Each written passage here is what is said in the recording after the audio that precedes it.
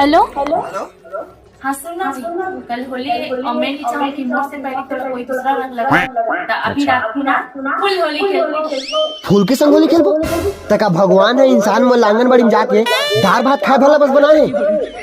और अगर मैं फूल के संग होली खेलूं ना तो सब मधुमक्खी मन ना बोला बैहा समझे और उड़ा के लेके ना हॉस्पिटल में छोड़ दी। और सब जलसाजी के बाद डॉक्टर के डॉक्टराइन बनते, मास्टर के मास्टराइन बनते, तो इसने तो मोर जैसे बैहा ना बसाइन बन जाबे। अरे फुल मतलब बिकट होली खेलो गाड़ी छाड़ दो और जल्दी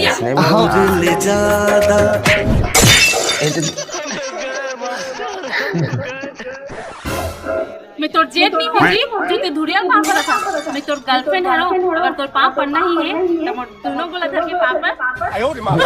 तुम्हारे जैसे बेवकूफ इस दुनिया में पैदा नहीं हुए हैं। ये गोल्ड धर के पाप पर एक बात कैसे पगली, मैं तोर गरल धर के पाप पर लेकिन आशीर्वाद दे